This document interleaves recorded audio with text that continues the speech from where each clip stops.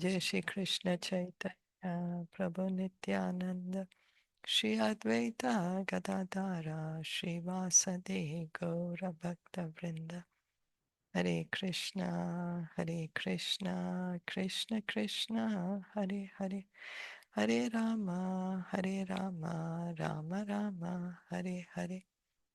We continue reading from Canto 7 of Srimad Bhagavatam, chapter 13. We are hearing now from this Brahman. Prahlad Maharaj had put up a question to him that, because Prahlad Maharaj could understand that this Brahman who's adopted the life of a python is actually a very learned person, very knowledgeable. So Prahlad Maharaj puts up a question that if you feel it's okay, not offensive, please answer my question that, you seem to be not having any money and you just seem to be staying in one place, then how come is it that you have become fat? Because usually if somebody has money, then they tend to become, because of comfortable life, they may become fat. So then this Brahman tells Prahlad, he recognizes Prahlad Maharaj. And then he also says that, you are a Ma Bhagavat, but and the Supreme Lord, he has revealed himself to you. So although you know it, I'll still try to answer. So the Brahman says that sometimes I am in various lives I have taken, because the Brahman, so we can see he's a great learned person. He's not in speaking terms of the body, he's speaking in terms of the soul. So he's saying that, I'm in one body to another body, depending on my desires. I got different bodies, sometimes higher planets, sometimes lower planets, sometimes human form. Now that I have a human form, now I have a choice. Where will I go next?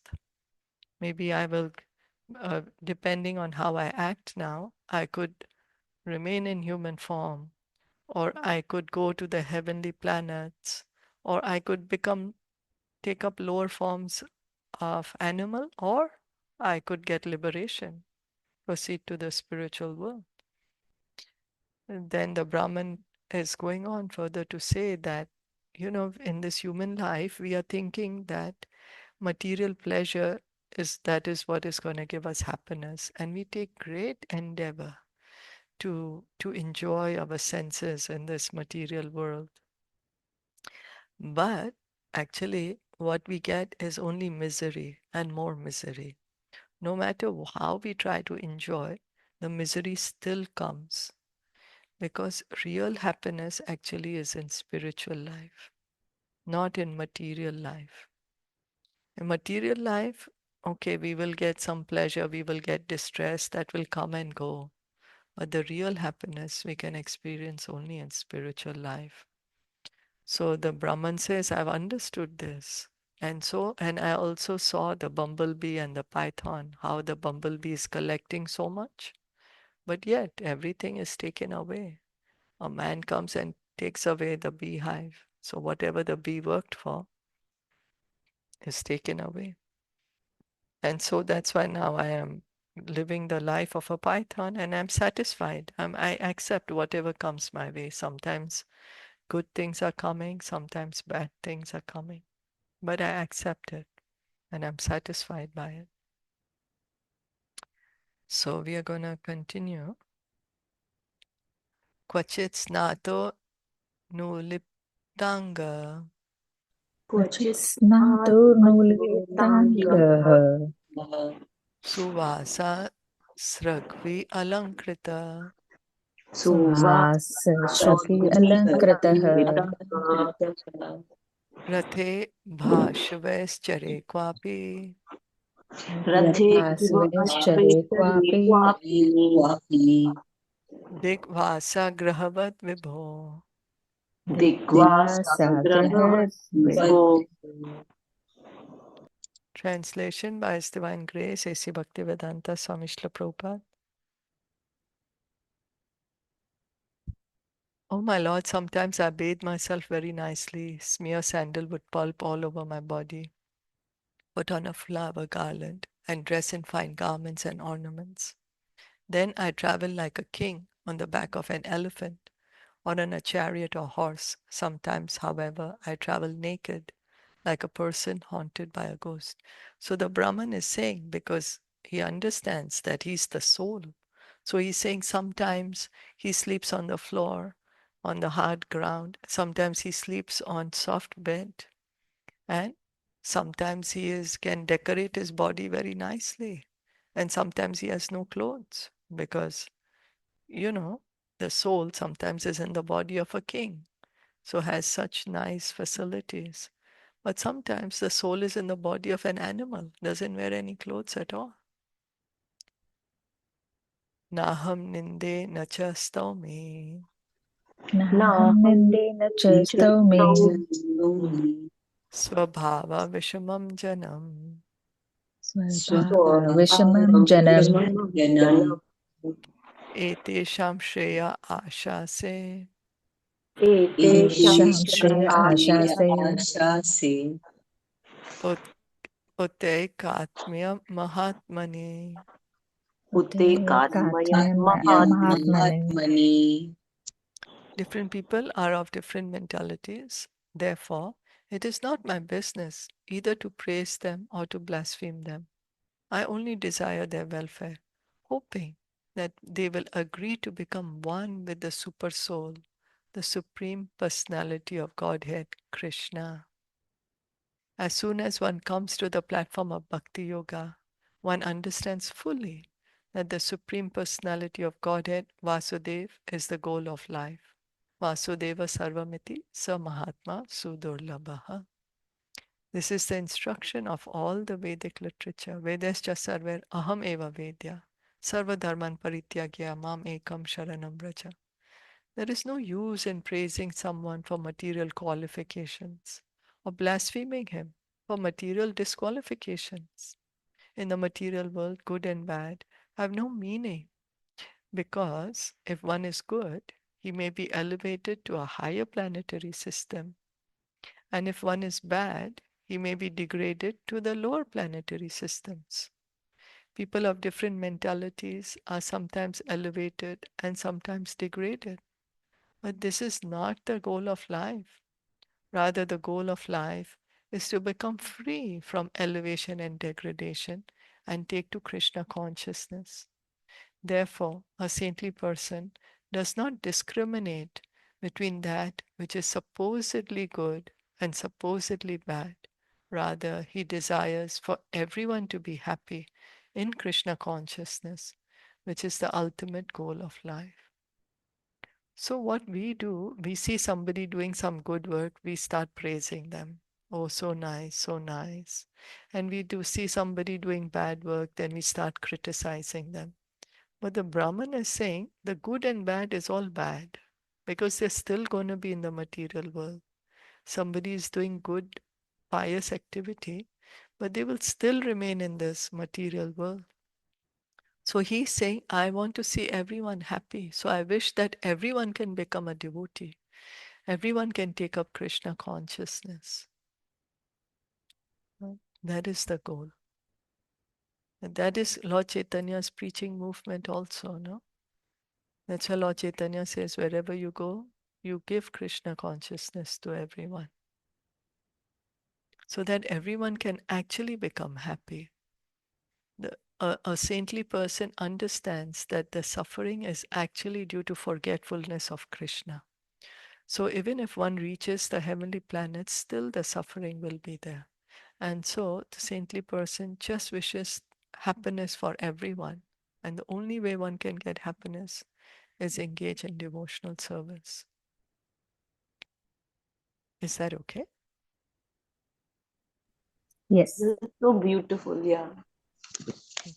This is like, so practically implying on all of us, like, especially on me. Like, we do that a lot. Like, and how beautifully we can think that, because we have never thought that, yes, if the person is good, then it's good. Yeah, okay. And if the bad, then we need not to criticize that person, right? Yeah. Because we're all suffering. Still, we're all suffering. Yeah. And why are we happy for that? I mean, this is so deep, but yeah, like slowly, because how simply he has mentioned it, how simply it is being mentioned in Srimad Bhagavatam, that people like me who are really degraded can at least try to think in that moment like that. Yeah, we all need to. You We know? all need to make the Yeah. effort and think like that. Yeah. Because we It, get it's so very difficult. involved. We get so Yes. involved. Oh, this one is doing so bad. Oh, so bad. Oh, how. We get so engrossed in that. Don't understand that the person is also suffering. Everyone is suffering. Let us give Krishna consciousness instead to everyone.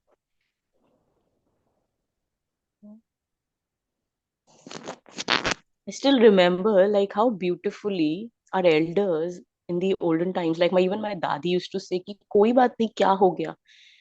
I like when I used to complain about my cousins कि कितनी गंदी है वो, देखो उसने मेरे साथ ऐसे करा. तो then she used to always tell me कोई बात नहीं, तुम अच्छी हो ना, तुम उसके साथ फिर भी अच्छा करो. Doesn't matter, it's okay, कोई बात नहीं. So those small things didn't struck then, but now I can connect it in the chains. Okay, wow, like they knew it. Yeah. They knew Yeah. it. Though she wasn't very educated, she was just like fifth standard. She had studied until only primary, but still, they knew all this because that was part of their lifestyle. Yeah. So true. Part of the culture back then, right? Yes, yes, Yeah. part of the culture back then. So, yeah, wow. Vikalpam juhuya chitta Vikalpam juhuya chitta So, tam manasi artha vibrame tam manasi artha vibrame mano vaikarike hutva manovaika hutva tam mayayam juhoti anu. mayayam juhoti anu. The mental concoction of discrimination between good and bad should be accepted as one unit and then invested in the mind, which should then be invested in the false ego. The false ego should be invested in the total material energy. This is the process of fighting false discrimination. This verse describes how a yogi can become free from material affection. Because of material attraction, a karmi cannot see himself. Jnanis can discriminate between matter and spirit, but the yogis, the best of whom are the bhakti yogis, want to return home back to Godhead. The karmis are completely in illusion. The jnanis are neither in illusion nor in positive knowledge, but the yogis, especially the bhakti yogis, are completely on the spiritual platform. So there is one class of people, they say, life is too short, let's enjoy the maximum that we can. Okay, then that is completely illusion because thinking that we are the body. Then, better than that is one who understands, oh, I'm not the body, I'm spirit soul. So one then begins inquiry into spiritual subject matter. But yet, they may not have the complete understanding of the spirit soul. And that's why the devotee is the highest, because the devotee understands that the soul is part and parcel of God. And so the soul, because it's spiritual, should live in the spiritual world. So the devotee, he tries with his activities, he acts in such a way that will bring him to the spiritual world. So that is the pure devotee on the spiritual platform.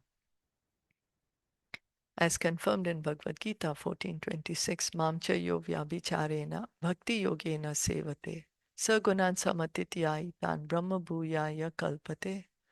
One who engages in full devotional service, who does not fall down under any circumstance, at once transcends the modes of material nature and thus comes to the level of Brahman. So we are conditioned souls. We are conditioned by the modes of nature.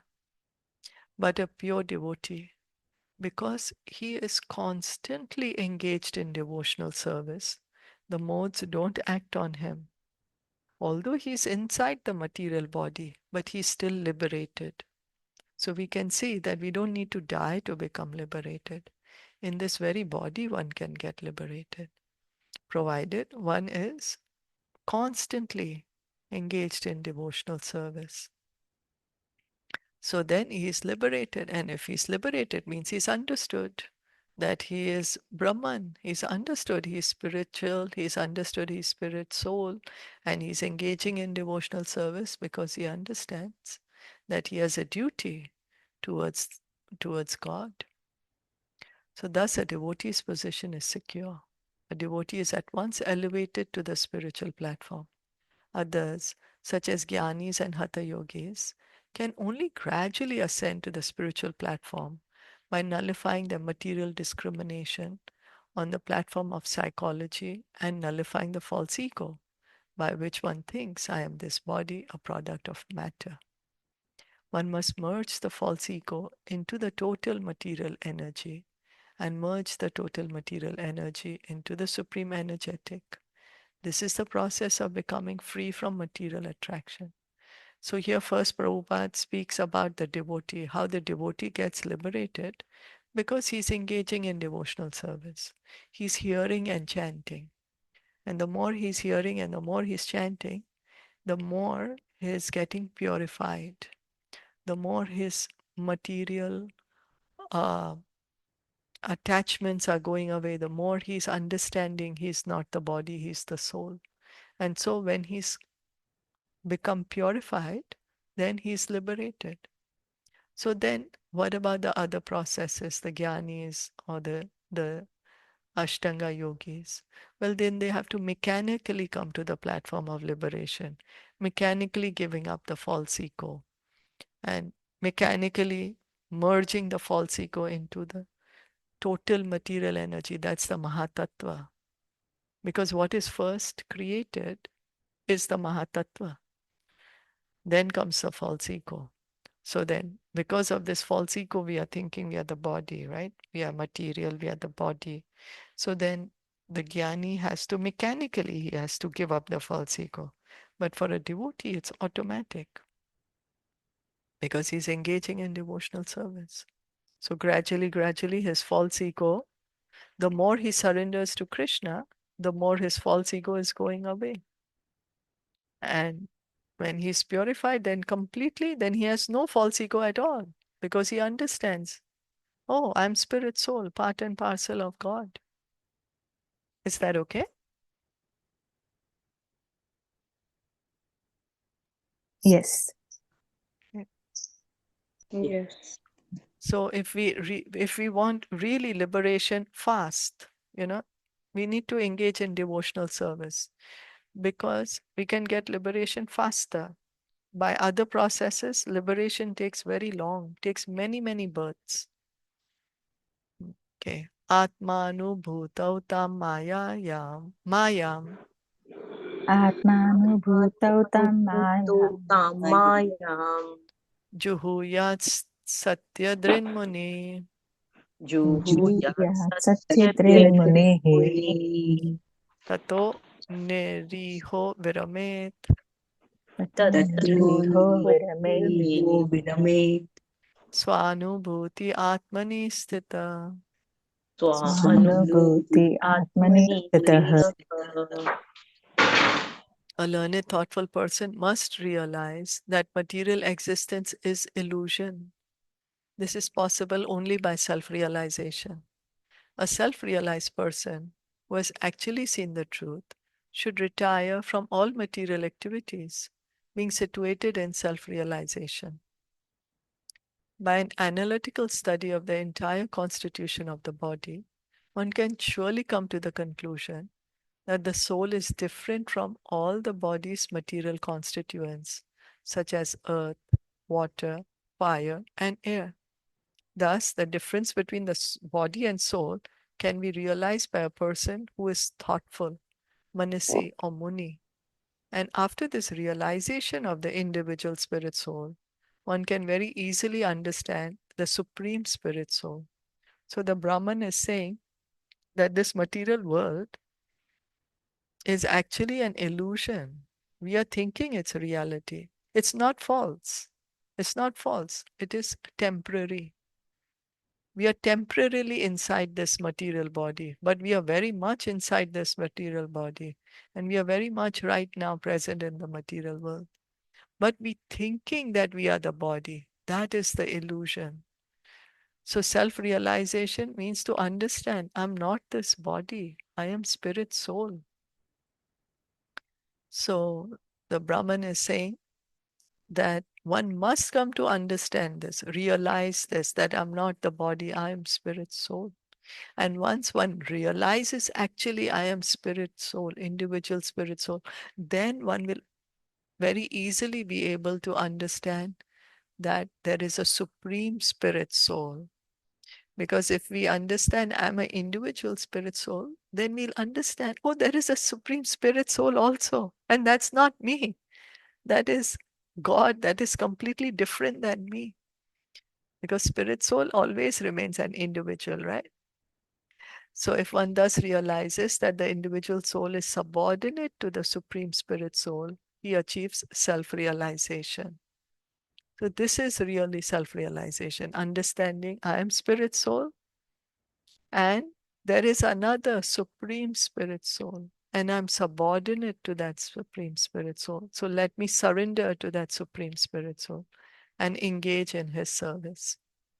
As explained in the 13th chapter of Bhagavad Gita, there are two souls within the body.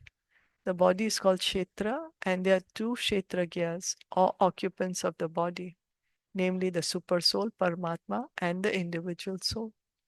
So in the 13th chapter, Krishna is giving knowledge. He's giving gyan in this chapter, 13th chapter of Bhagavad Gita.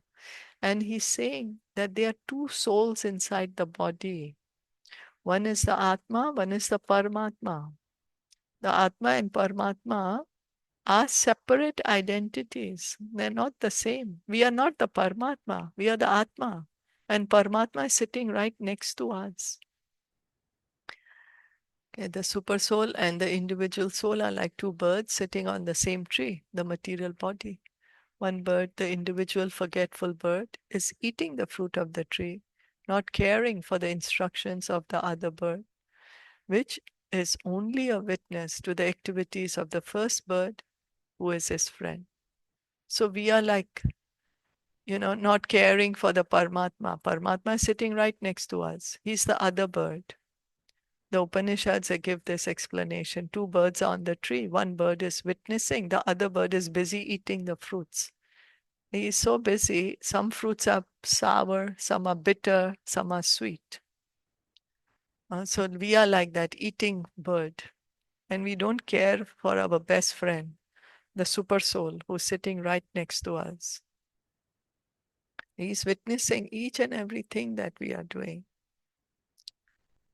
When the forgetful bird comes to understand the supreme friend who is always with him and trying to give him guidance in different bodies, he takes shelter at the lotus feet of that supreme bird. So Paramatma is there all the time with us. No matter, sometimes we are in the body of a demigod, sometimes we are in the body of an animal, sometimes we are in the body of a human being. But Paramatma never leaves us. He's always with us. And when one can actually understand this, then one takes shelter of the Paramatma, of the Supreme Friend, of God. That God is always with us. He's our best friend. As explained in the yoga process, dhyana vastita tadgatena manasa pashyanti yam yogina. When one actually becomes a perfect yogi by meditation, he can see the Supreme Friend and surrender unto him. This is the beginning of Bhakti Yoga, or actual life in Krishna consciousness. So the goal of yoga is samadhi. Samadhi, the yogi is sitting in meditation. And in meditation, he can see the Paramatma in the heart. And when the yogi sees the Paramatma, then he surrenders. When we see somebody who's better than us, great, we want to learn from them. Automatically. That's why we have so many teachers, right? We have cooking teacher or stitching teacher or singing teacher. Why? Because we understand they have something we don't have. Let me learn from them. But when we see the supreme teacher, God, our best friend, then automatically one surrenders unto him. So that is beginning of Bhakti Yoga. Surrender to Krishna. So when one surrenders, then automatically the false ego starts going away. When we surrender to God, understanding God is greater than me, so then automatically we are beginning to give up our false ego. So that's how Bhakti Yoga, the giving up of false ego happens automatic. The more one engages in bhakti, the more one surrenders to Krishna, the more one accepts that Krishna is greater than me. I am not greater than Krishna. Then gradually, the false ego will be gone. Okay. Any questions or comments?